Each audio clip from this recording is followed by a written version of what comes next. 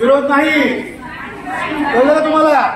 म्हणजे आज यांना महिलेचा अत्याचार अजिबात त्याला फरक नाही पडत आहे. हॅलो लाऊडस्पीकर करा. हॅलो ठीक आहे, सांगा त्यांना काय करायचं करा.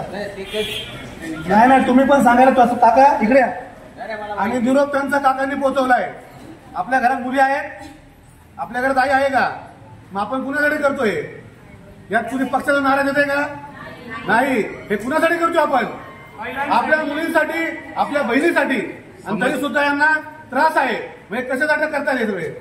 म्हणजे सगळं ढोंगीपणा, हे नाटक, हे सगळे पुढारी जे करतायत हे बंद झालं पाहिजे.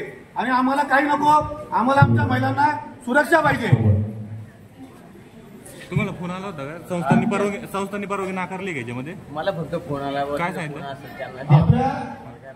आपण गेलेल्या संविधानिक प्रकारे आपण जो काही निषेध मोर्चा केलाय याची आपण परवानगी पोलीस स्टेशनला काल रितसर घेतली आहे.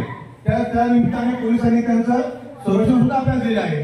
पण काय होतंय, या काही लोकांना या अशा गोष्टी पचत नाहीत. कारण की त्यांनी आपल्या महिलेला कधी कुठल्या प्रचारात, कुठल्या विचारात कधी समावेश करून घेतला नाही. त्यांना काय त्यांनी सांगायचं आणि आपण ऐकायचं.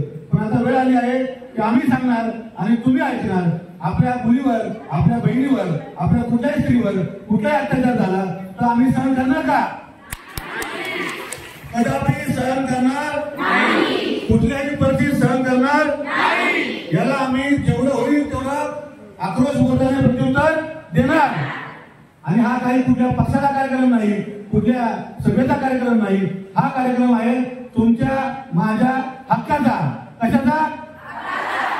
आम्हाला आमचा हक्क जो संविधान दिलाय की तुमची सुरक्षा हा तुमचा अधिकार आहे. आणि अधिकार घेण्यापासून